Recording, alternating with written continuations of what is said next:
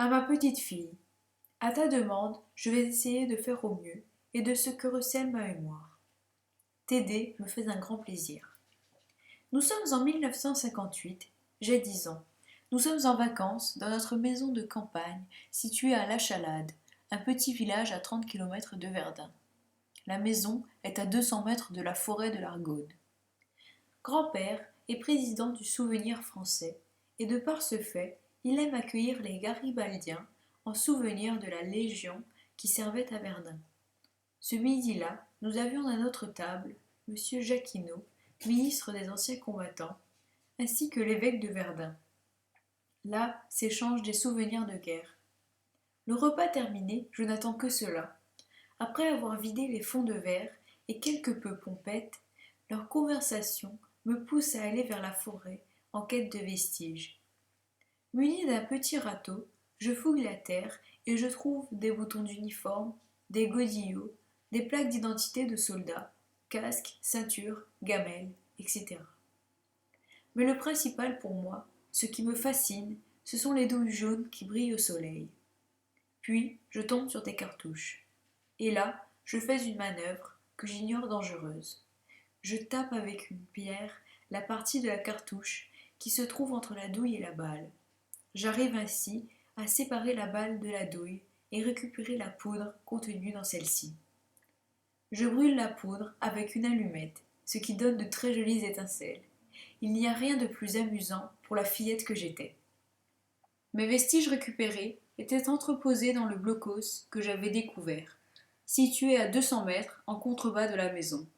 Je devenais ainsi la Madelon. Dans le blocos, j'ai également découvert une petite boîte de métal dans laquelle se trouvaient ces quelques lettres que je te confie. Voici ce dont je me souviens. Ainsi se terminent mes anecdotes à la Chalade.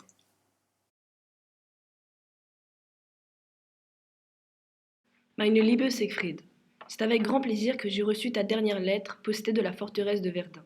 D'après ce que tu me disais, l'ambiance avait l'air bon et j'espère pouvoir très bientôt te serrer dans mes bras. Je me souviens qu'on affirmait que la guerre allait être de courte durée, mais qu'en est-il? Le temps me semble long et te savoir dans les tranchées me bouleverse. Ich liebe dich, Mutti. Mon cher Mathieu, je suis heureuse de te savoir sain et sauf, ta lettre m'a beaucoup inquiétée.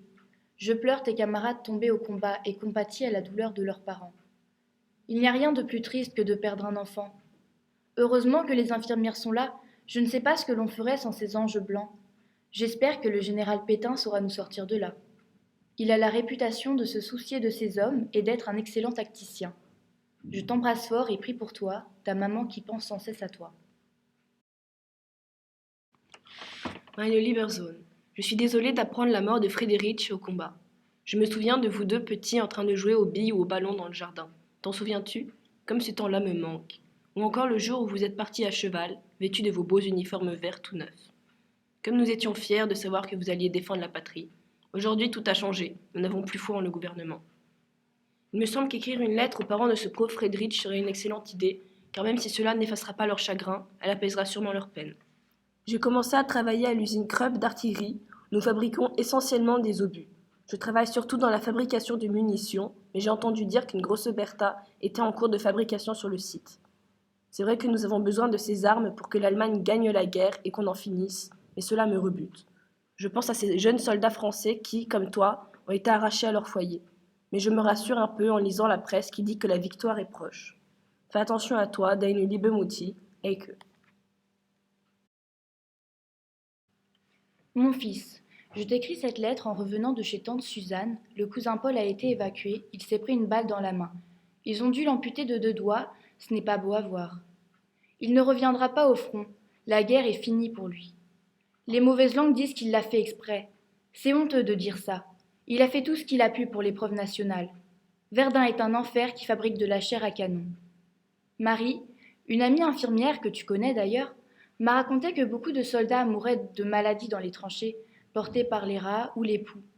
De plus, les mauvaises conditions d'hygiène dans lesquelles vous vivez doivent faciliter le développement des épidémies. Étant donné que nous n'avons pas de tranchées en béton comme les Boches et que l'hiver arrive, le sol des tranchées va être boueux et l'air froid. Je t'envoie donc 2 paires de chaussettes de laine chaude que j'ai tricotées. Je me souviens que quand tu étais enfant, je te tricotais tout le temps des pulls. Tu as toujours été frileux, je n'ose même pas imaginer comme tu dois avoir froid là-bas dans la Meuse.